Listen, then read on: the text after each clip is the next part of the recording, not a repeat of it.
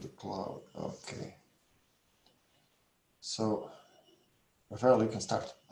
Okay, so let's start. So the goal of this session is to start playing with DAPI software.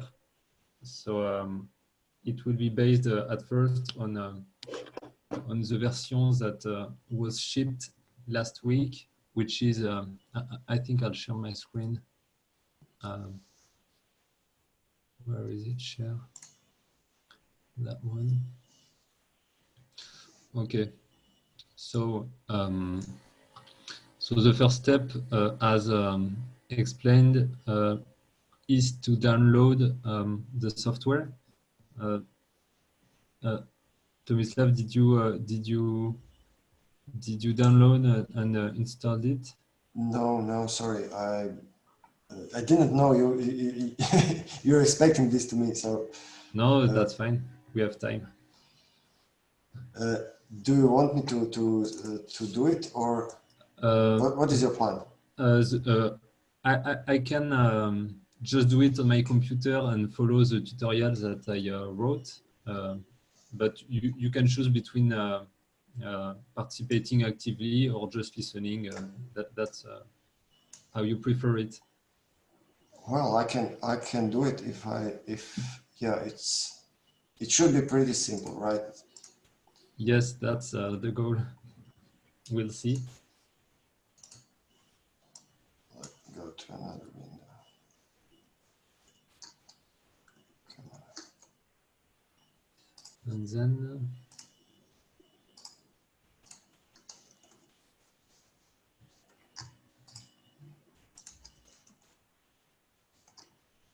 you are on Ubuntu OS, right? Yeah. Okay.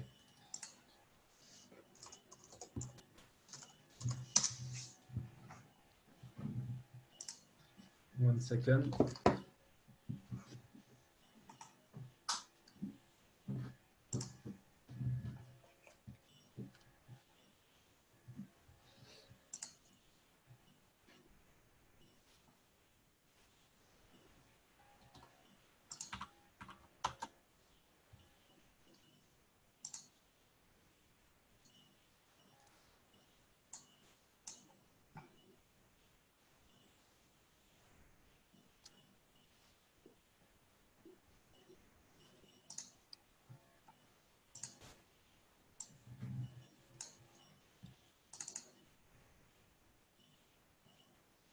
So you just tell me when you're okay.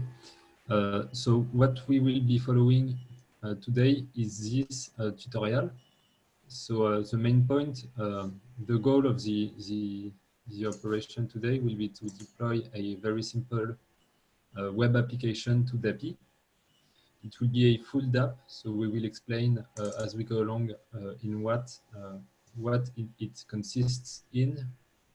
So it will be a full DApp with some dynamic storage, and since it is a full DApp, it uses only the blockchain platform. So it's a web application that do not use a server for asset distribution or storage. It uses the blockchain for 100% of the content and the files. So the workflow is to clone this repository, which is a very straightforward web application repository. It contains some very basic HTML files, and we will build the application following steps that have been prepared. There are 4 steps, and we will just read the steps as we go along. So if you download the software right here, you should get. So to be more fun, I will do it on Windows. Oh, yes, the only system that is not supported is Mac right now, because I have no Mac to compile the code. So I cannot ship it on Apple operating system. So what should happen at first when you launch DAPI? You should see in the settings blockchain section, you should see the two endpoints getting a lock here, and the latency time also should be displayed. It means that you are connecting to a DAPI node with WebSocket. So at first it was a simple HTTP endpoint. Now it's WebSocket, just for faster communication. And also you're using this for push notifications, right? Or... Yes, yes, but right now there is no application for push. Maybe some, as we discussed, some subscription could be used, but right now it's just basic queries emitted by the client. There is no subscription mechanism. So and how you oh yeah, yes. So, did you did you manage to get it installed? I just downloaded it. So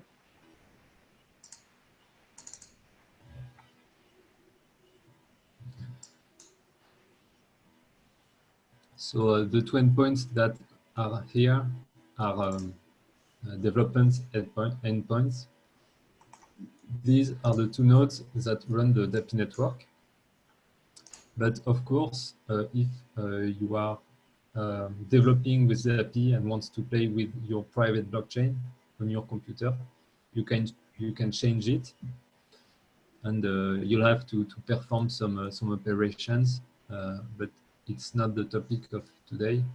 Today we will use the DAPI Alpha network that has been deployed for testing. It is not linked with the ORChain sandbox or test network. It's a pure one node private blockchain that runs on my personal server. But the idea is that there is two endpoints, and we will see why there is two endpoints and what we can do with those two endpoints.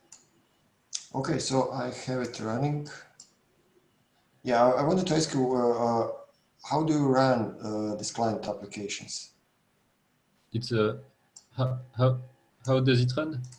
Yeah, how do you have some kind of sandbox for running client applications, or they are just some your web view or It's something? it's an Electron application. So there is a it's why it's about 60 megabytes because there is a Node.js and Chromium bundled in it.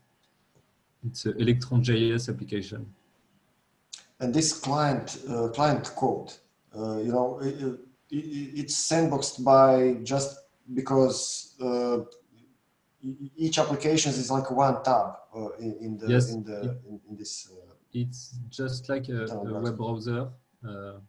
The only layer that is not the same is the communication layers, because DAPI does not do client server, it does client blockchain requests.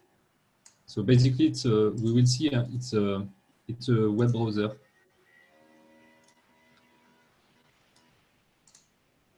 So there is no web view when you have the software installed. You have no dependency for specific website or stuff like that. So the next step is. So you go in settings, blockchain section, and you check. And I see this. Yeah. Okay. Yeah. Okay, so that's great. So right now, what you could do, if you go in the dApps section, you should see the Hello World tab. And maybe you can try to load it. Yeah.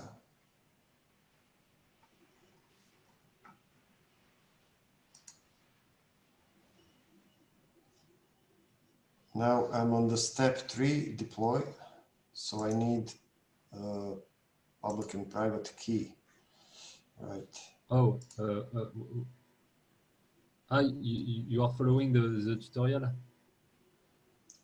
Well, no. Maybe you can share your. I'm on dApps. So You should not have some private key stuff right now. okay. What's the? I was trying to add Hello World Okay, I see. on dApps deploy. Yes, okay, so you are trying to deploy an application. So basically that's what we will do, but we will not use the built-in stuff right here. You can use it, but we will use some And when you say built-in, you mean packaged up in your yes, part of the dApp. any web application, finally, it consists in JavaScript, CSS, HTML. So as you discovered it, you can deploy it right here. So you just hit next, and then I Exactly. guess Yeah. it can be any private key. You just have to raise the Phlogiston price up,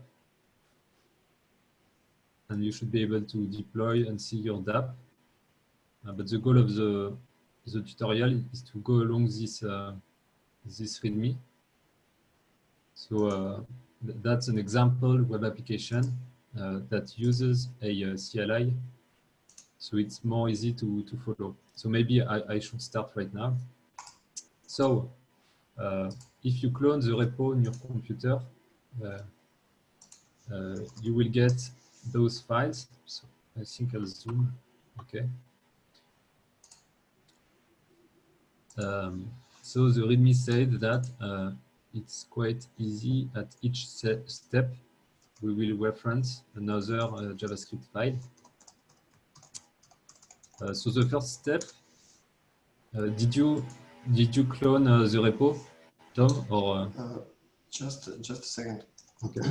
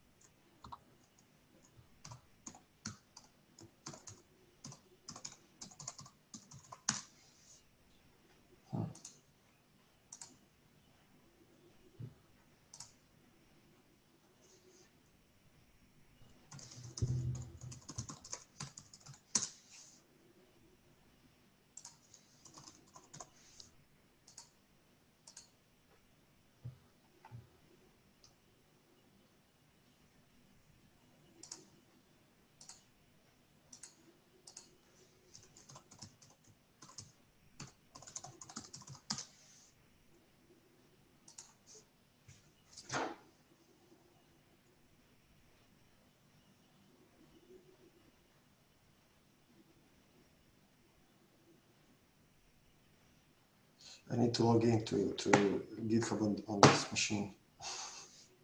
Or you cannot clone it directly. If you do git clone this. Yeah, I could do that. Yeah.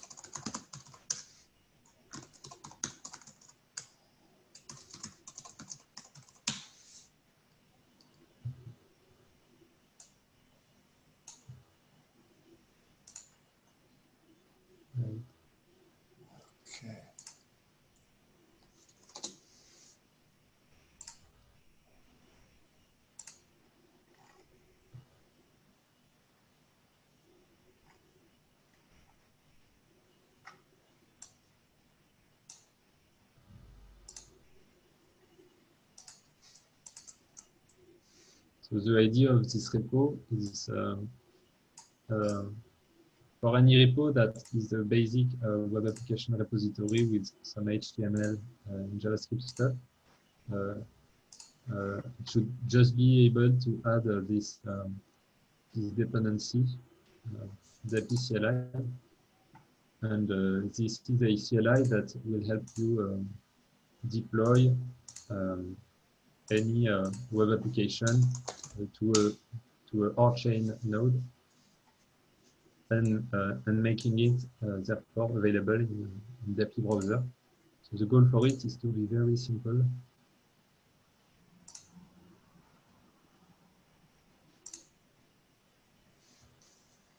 Okay, I have it downloaded. And I install all the dependencies. So let's see. Okay, great. So now the idea is to upload the compiled version to Dappy, right? Yeah, that's right.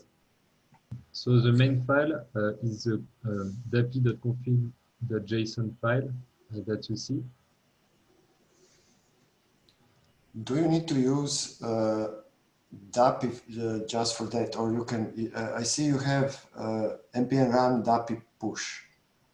So you have some way of pushing client applications without UI, right? Yes, that's right. It's a CLI. Mm. Cool, cool. So the first options to set up are the options in the Dappy config.json file. So of course, right now the only platform that is supported is ORChain. The host, you should have a1.dappy.tech. If you have a private node, you would change it. The port is the port that is opened in this server. And then what you have to set up is a private and public key. You can use those one. I will send them to you. But I guess right now, any key can be used. Yeah, I have some keys. Yeah, I can. Okay, you can use. Okay, so let's open the project. And you should said the config file, right? Okay. So this A1 Dappy Tech is really ORChain Arnold, right? Yes. You don't have some kind of wrapper around, or No, right now we're going to interact directly with our node without going through Dappy nodes program. So it could work with your local node. So you should just be able to hit npm run dappy push like this, and you should be able to have your first application deployed. Okay. cool. I have a problem. Let's do it. Try again.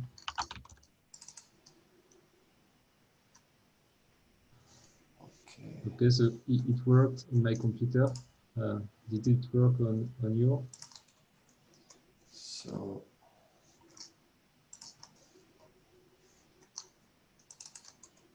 public key and private key.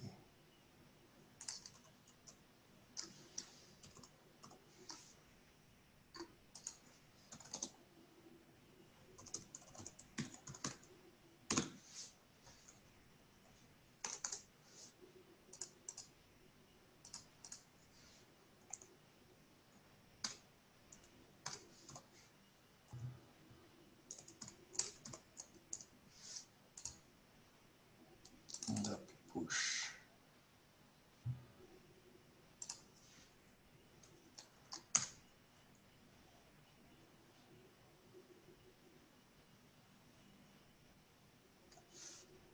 Okay, I get one error.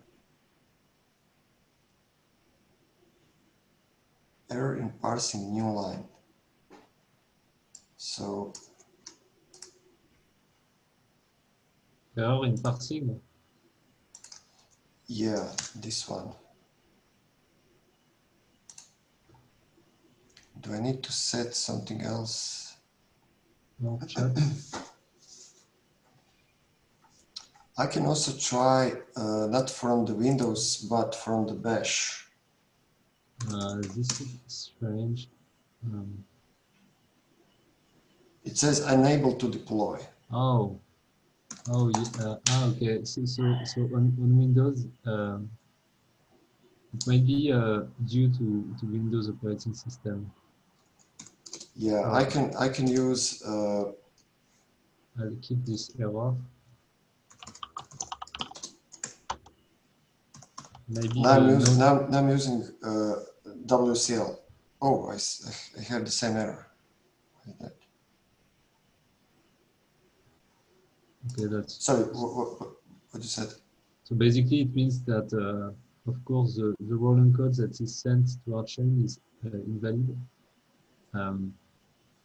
So it might be due to some new line on, right? Yes, some kind of fancy stuff about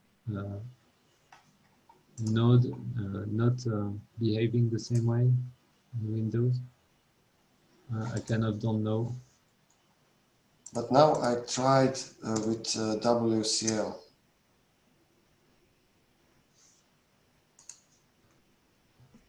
Let me try again with npm install.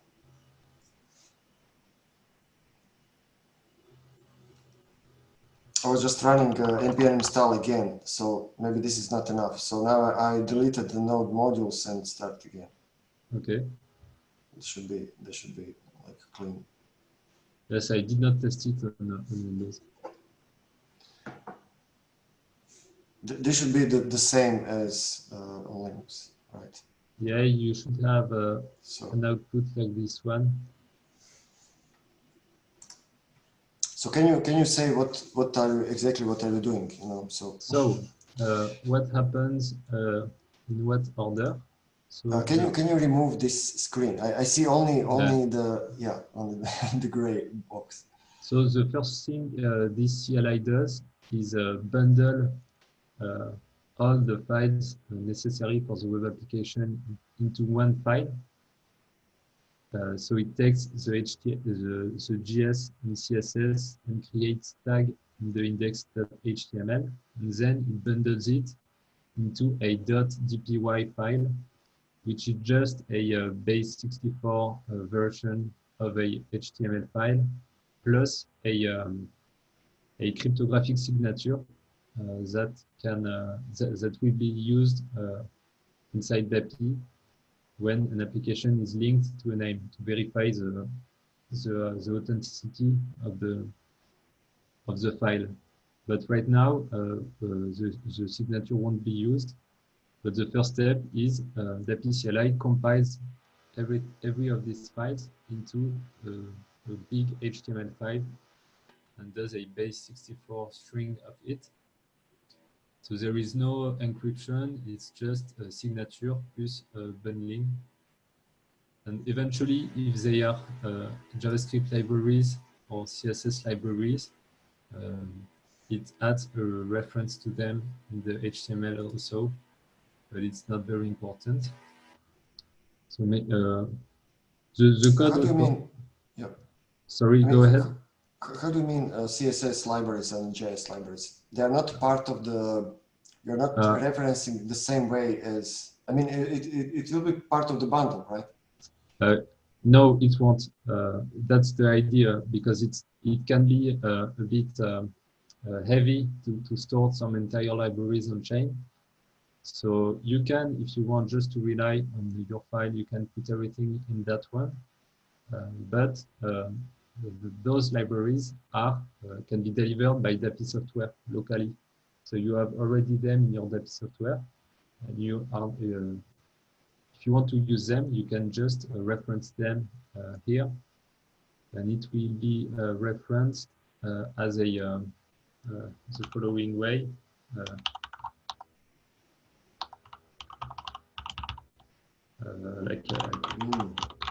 Like this way. And when the DAPI catches this, when the request goes, it will load the library locally. but I'm not sure that this will stay, but right now it's there. So the file that is created should be, if your code went far enough, you should have a DPY file created. Let me run it again. So let's do it.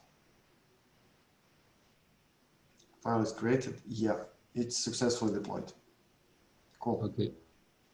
So it's just some random numbers, of course. Yeah. And then what it does, it deploys this big chunk of string characters to the Archaean platform, very simply, and it returns some two outputs. The first one is the registry URI. It's a URI that references the update capabilities, so you will be able to change it. And the second one is the unforgeable name. In other terms, it's the blockchain address of our web application. So right now, you should just be able to copy that and paste it into the API. First, one important thing is to check the settings here, settings network. Make sure that it is set to one node, because if it's set to 3 nodes, for example, you won't be able to load the application. So these settings tell the API to query one node each time we want to know something from the blockchain. Well, why you said if I have 3 nodes? If I put this number up to 3, because I have only 2 nodes, 2 endpoints referenced in the API, I won't be able to load my application. That's right. Okay. Oh, because you need like 3 confirmations and. Yes, I have so a security constraints to 3. So I will lower this number. I can lower it to 2 because I have 2 endpoints. And then let's try again.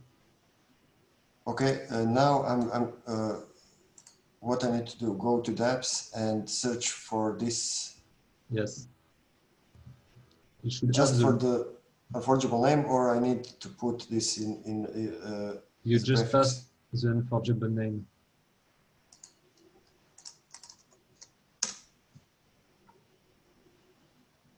Do you have the loading? Yes, I have the loading. So it means it means your application is loaded, because if you check the index.html file, it contains the loading strings. So it's fine. This is the only thing. Okay. So it means it worked. Great. Cool. You can, if you look at my screen in the settings here, you can turn on the development mode. What it will do is trigger a Chrome DevTool window when your application is loaded, like this one. So we will use it for the next steps. That's why you might want to turn it on. Cool. Loading development mode, and I need to refresh, right? Yes. Okay. And I see developer toolbar. Okay. Cool. So the file should be about 0.8 kilobytes right now, because there is no much stuff in it. So you can read here step 1 if you want more insights about what goes on. Some interesting thing here is the DA button on the top, which tells you from what endpoint the application has been loaded. So for me, it's from A1 and A2. Cool. I think I have only one, right? That I can I can set it to 2. Yes, you can try again and see. And I need to reload. Now I see 2. Okay. Okay, great. So now if we, in the dapi.config.json, we see that the JS file that is referenced is the script1. So let's check it.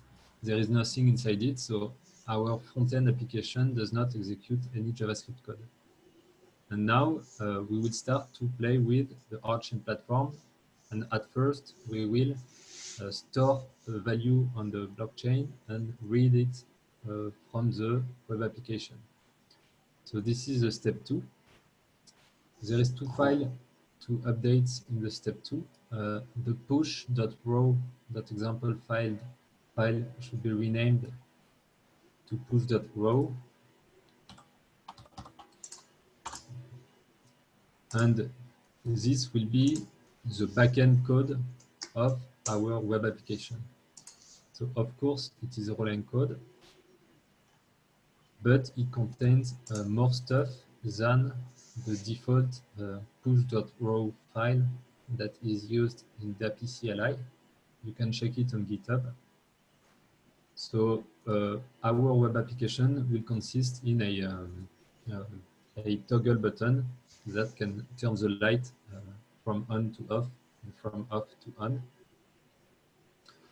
So you are free to read the file, but the important thing is that this string here, DAPI file in uppercase, will be replaced by the content of our DPI, of our DPY file. And the public key here will be replaced by the public key, but right now this is not used. And what we do is initialize a value in a light channel. Also initialize a channel that is able to update this value, and then expose this channel to the registry. So other Golang executions will be able to reach it. And what we do at the end is store the references of all this in a basket unforgeable name, which is the same one as previously, but contains this additional channel, which is unforgeable name light, which is that one, which contains the on or off string.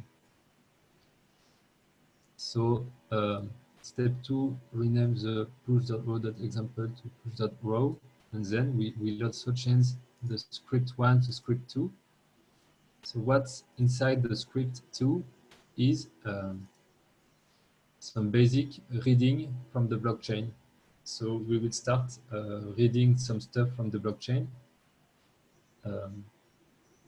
So it's a sort of a equivalent of the famous fetch, but it's a DAPI fetch, or in other words, a Archain fetch, because we will fetch a resource from the blockchain. Of course, there is no gRPC or stuff like that. DAPI takes care of the complexity layer. So any unforgeable name can be fetched with this function DAPI fetch. So when the application is loaded, it will do a DAPI fetch. Here, important, this string will be replaced by DAPI CLI with the first unforgeable name that is previewed from the settings. So this is where I use the preview private name. So this will be replaced by DAPI CLI, and then if the call works, we just console log the data. So I'm going here. Okay. So can you just say again this push Golang file? You're really changing. How is it related to this client application? This is the backend code of the client application. So I will show you right now. Oh, you're saying your Archen code is the backend. This is Yes. the Yes. You're communicating. Okay, so Yes, I should have said. So okay. if you look at my screen, this is if you go in the DAPI CLI repo, this is no, but it's a bit shitty. The code is not clear. But there is a basic push.pro file that it just puts the DPY file into a private channel and exposes a registry URI. But the idea here is that we want to do a bit more. So having a file named push.pro in the current repository, by having this file, we tell to the DAPI to take that one and not the default one. And of course, I use the term backend, but it just means Golang code. Because a DAPI decentralized application has no backend. It's all blockchain. That's the concept. So this first loading, the first example for loading, right? Yes. You already had some kind of backend already. Yes. Like this default backend, and this default backend just means give me the whole application. Yes, the default backend just basically it has basically that's it. So it's a DAP channel. All the HTML file is in there, and then we just expose a channel. So yes, I'm sorry. So it lacks the channel to update this unforgeable name, but basically it's a very simple get set Golang contract. Nothing more. This makes sense. Cool. So now I need to rename the push, which I already did. So I also need to change config to script number 2. Script 2. Right. And then you should just run the same script. Let's try. So you should see the weight increasing, of course. It also tells you the first log. What I need to do, just push, right? Yes. Push again. We'll be always pushing new application. We don't care about updating it right now.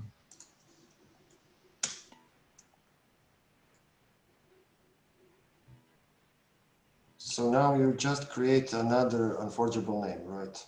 Yes, the first line should tell you that it used your personal push.pro file. And then we can do the exact same thing, copy the address and paste it inside the API.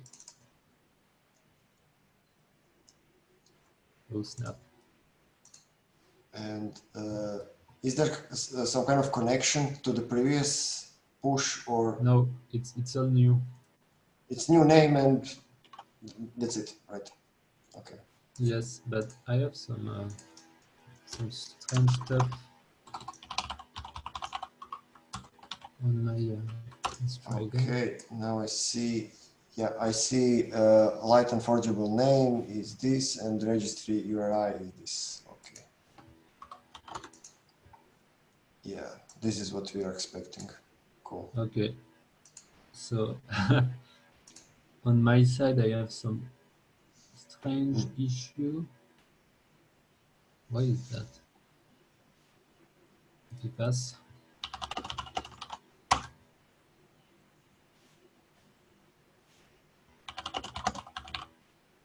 Maybe I changed it. Oh, okay. Sorry. Up. Oh yeah. I updated it. Okay. Copy, DAPI. So that's great. So we have the reference of our channel. So what does the script do? Okay, so we have the references, and of course, right now we want to do some stuff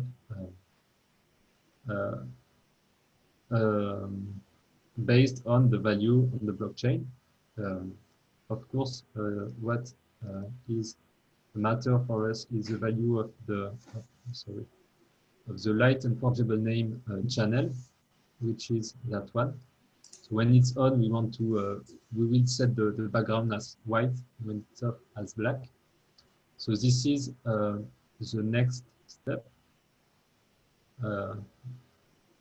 So right now we will increase again the numbers from 2 to 3, and the index.html will be another index.html, the index 3. But basically it's the same, so it's useless. So what the script 3 has. So did you get that part, Yep, Tomislav? Now I'm looking. Yep. What do you mean? So this replacement of this character, of this string. So this gets replaced by the previewed private name. So this is how we can have the reference of the. This is how we can have all this information is the front-end code. Is because this value gets replaced by the PCLI. And after that, so let me check. Does it appear? No, it does not appear the network tab. Okay, so let's switch to step 3. So we're going to read the script 3.js file, but basically it's the same thing. We are going to read the unforgettable name, the light unforgettable name value every 5 seconds, and change some UI based on the value. So basically, it just does another DAPI fetch every 5 seconds. Of course, what is important is that this DAPI fetch will go through the multi-request mechanism. So if one node is malicious and lies to us by telling us the light is off, but the light being on the blockchain, this call will not resolve. It will go into the catch, the catch.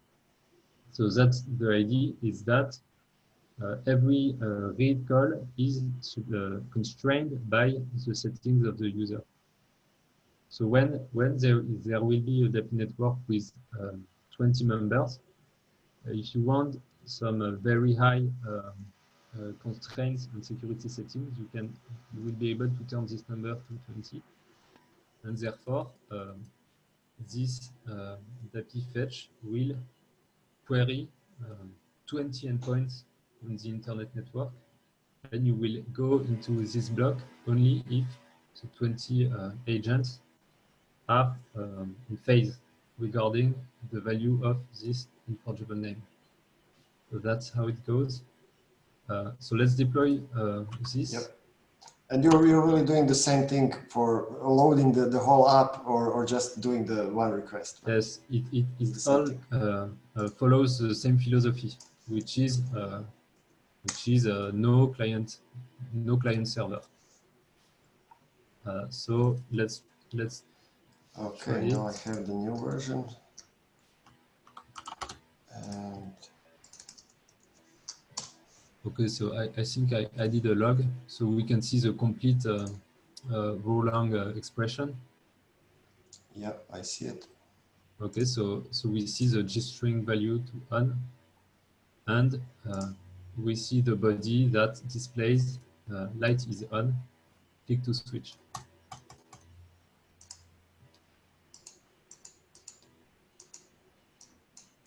Oh.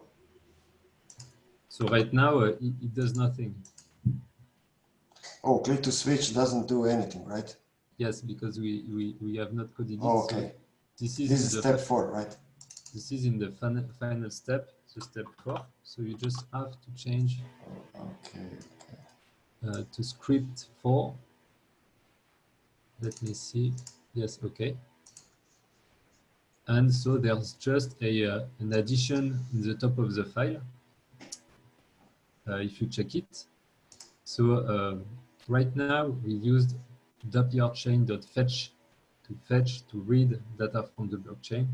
And now we want to write something or to push some rolling expression, because that's how we do it in our chain. So we use dapprchain.transaction, and this will simply issue a blockchain transaction. The cool thing for developers is not to have to handle private keys.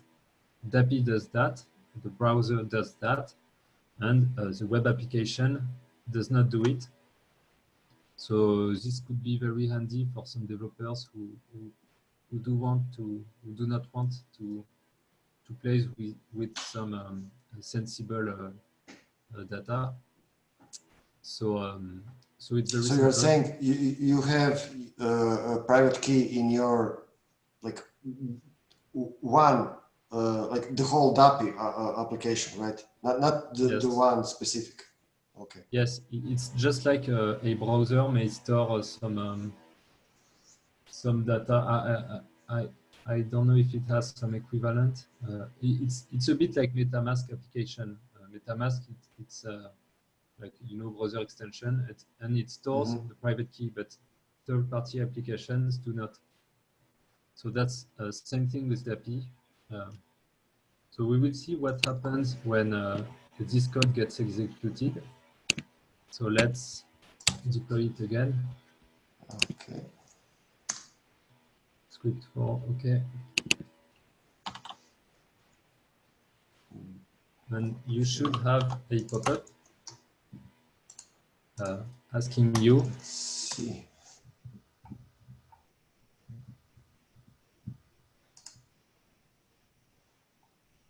Okay.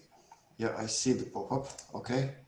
Okay, so I guess you can put anything. It will work. Your transaction will go through. Take the Phlogiston limit up to be sure that it is processed. But right now in the private key field, I just entered the AAA. You can also see the code by clicking on See Code.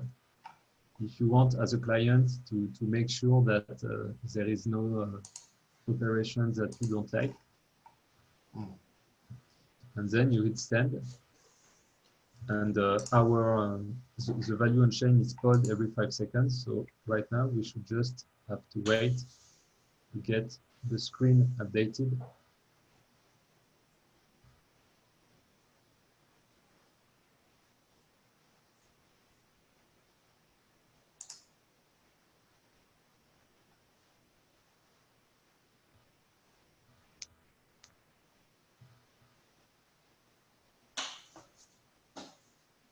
A bit longer.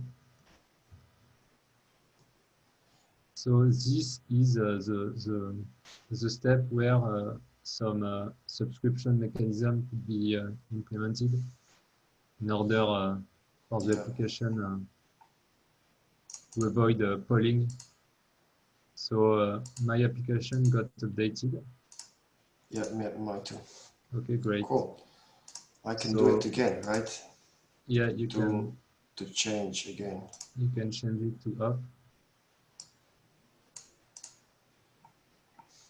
I prefer the dark one.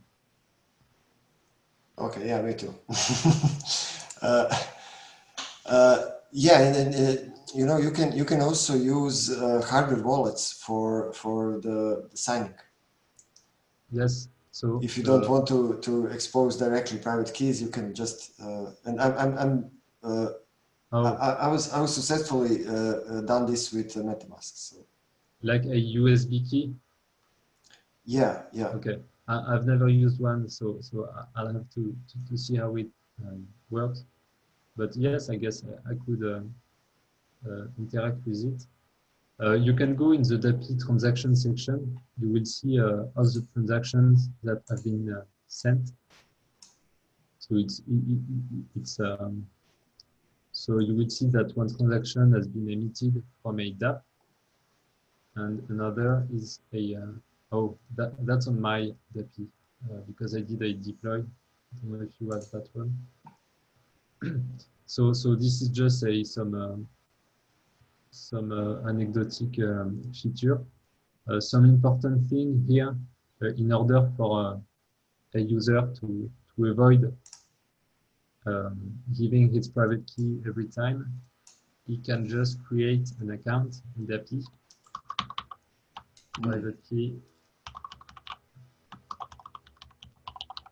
is a password, so the private key will be encrypted, and then the next time here the pop-up shows, he will be able to choose some accounts and just enter his password. So it's a bit simpler. So that's kind of the first tutorial that I wrote. So I'm very happy that it went well. Nice. That's cool. That's cool. And can I just ask you, how do you store these private keys? In local storage or? Yes, you can do a Control-Shift-I and go in the local storage. It's application. So you have to click outside the DApp context. So it's not local storage, but indexed DB. Indexed DB, okay. So you can look into accounts and you will see. Cool. Encrypted is a private key encrypted.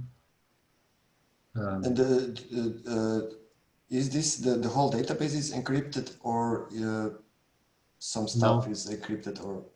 No, all the not sensible stuff are not encrypted at all.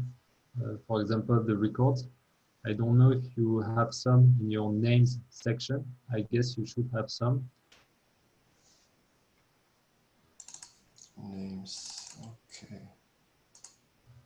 So this is the equivalent of DNS. So yeah, I already have some. I can try it. It should work. So I just fill some account information, and we are going to link here our unforgeable. No, you have to put the complete address. Yes, the complete address with rchain/AlphaNetwork. So I will link it to the name using the DAPI name system, which is a decentralized equivalent of the DNS. So, okay, password, Phlogiston. So our application has no server dependency, so it is a decentralized application, not an IP application. So the blockchain address is that one. And the name, I will call it Light3 purchase. Okay, so now I'm not sure that it will work. We will see. Because I should see it also, right, on my yes, application. You should see it also, of course, after some time, maybe. So maybe I can show you the previous. What name did you create it? Light2 or? Light3. Oh, it's not here, right? Okay. No, I think it's a 40 seconds like polling mechanism from DAPI. It's not a singular lookup. It's it just downloads every names every 40 seconds. So that's how it is coded. In the DAPI node program that you can check on GitHub, it uses a Redis database to store the names and distribute it to clients. So maybe I should reload the app.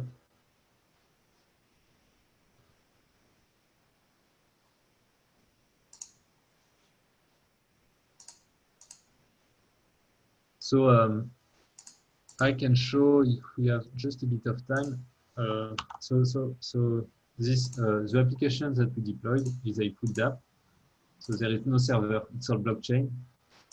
So it means that if the DAPI network is robust enough, it is a web application that is very, very resistant to DDoS attacks and DNS attacks because DAPI nodes will not be referenced by their domain name, but by their IP address. So DNS attacks should not happen. Oh, okay, my node disconnected. But the idea, yeah, the idea, let's see. Oh no, it's not there. Okay, so the idea is that some companies might want to use their servers, of course, if they perform some private operations or manipulate some private information like banking card and stuff like that. So this is the purpose of IP applications. The idea is that you will purchase a name on the DAPI name system, but you will link it to some real-world servers.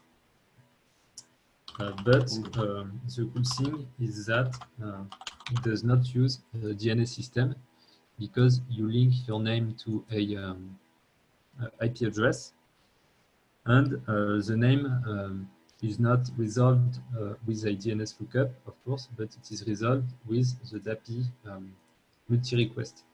So every node gets queried and the name appears in this section. So any website should be very easily convertible to a DAPI website and work without certificate authorities and the DNS. Because we also here give a certificate for the SSL communication to occur. So that is what I did with the ProtonMail website. So there is still a few issues, but I just took their public IP, the host, and the certificate, which is public, and I created a ProtonMail 1 name in DAPI. And right now, it just works the same way. We just passed the name here. And what changes is this icon up there that tells you that it's an IP application. So we are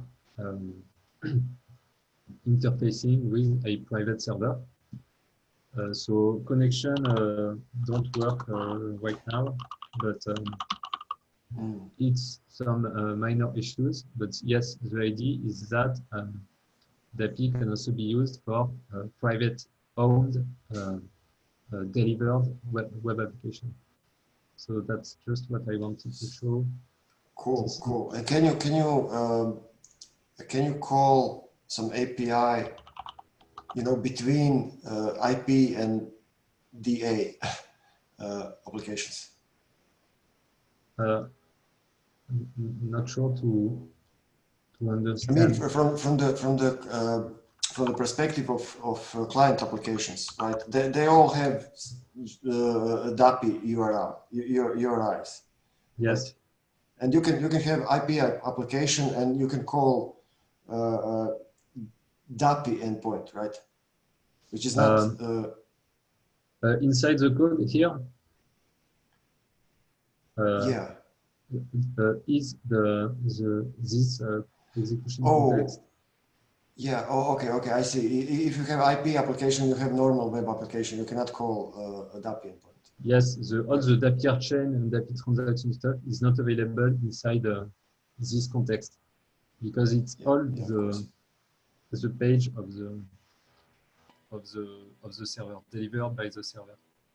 And how are you loading this part? It's just some kind of iframe, or it's the same thing as yes, it's Electron WebView. It's also available in Chromium. It's different than iframe because there is an entire oh yeah, for Electron. Okay, yeah, understandable. But it's available in Chromium too.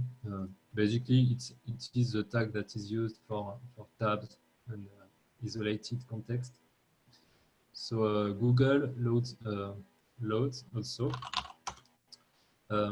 What happens? The thing is that there still is some stuff to work on. But basically, IP applications can be implemented in DAPI 025. So that's kind of all the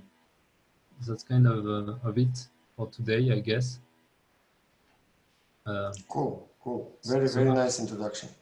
Yes, I might just resume everything with some document I wrote today. So this document, the goal is to kind of debrief what we did. So what did DAPI do the past hour? So DAPI allows easy read-write in the blockchain. So for our chain developers, it would be very easy to use in order to avoid having to deal with endpoints and stuff like that. In your front-end code, you just have to call this or that to push some data. DAPI application should not manage private keys, so delegate it to the browser. It's simpler. No need to handle with requests. We saw it. Endpoints. So this is more for IP applications, but also for DAPI full dApps, there is no domain name or SSL certification. We can just book a name on the DAPI platform, and it's our name. And of course, when the DAPI network will be deployed, there will be no single point of failure if it is decentralized and robust enough. Because right now we are just playing with some minor network, but the goal for it here is to have 20, 30 independent organizations, each one running a node of the DAPI network. Okay, so decentralized read queries. This is the multi-request mechanism right here, and the consensus layer on the client side. So basically that's it. So we might set up some other meeting next week. So basically, cool. We can maybe try to upload Arvin's Archie wallet to DAPI. That would be like good use, right? Basically, what you should just have to do is add this dependency and add the script, and then it should be very easy to set up. One thing to have in mind is that DAPI blocks every HTTPS calls or every HTTP call that is not attached to a name. So maybe this will change in the future, but for example, here in our application, we cannot display an image from a random server. If we want to display an image from a server, you have to reference this image in the IP section here, reference the server, and therefore we will allow our application to interact with some server. But so you're saying the client application is in the sandbox. You cannot just call anything outside, or yes, that's one of the flaws and the problem with the web. A lot of companies are facing is that in a specific web page, it's basically, far west. There could be code from to any server on the planet. So this is where a lot of injecting attacks happens. Also, in legacy browsers, there are extensions that can read from the context. So the idea for DAPI right now, it's kind of the direction we are taking, is to bring some constraints, but very high security standard for the execution context of web applications. So Cool. this application cannot interact with any server on Earth. It can simply read from the blockchain using the Dappier chain fetch and write to the blockchain through a transaction that must be validated here by the browser. So even if the JavaScript gets some very sensitive information, it can only send this to the blockchain. Yes, it won't be able to send it to any server, so that's the fun thing. So basically, if the client is not checking the code here, anything could be deployed, but the idea is to strengthen the privacy and the privacy of the client. So that's the idea. Cool. Yeah, that's very nice. Yeah. Cool. Yeah, very nice introduction and this tutorial. Great, thanks. Cool. So we might stop the recording. Yeah, we can stop recording. Okay, let's do it. And where is stop?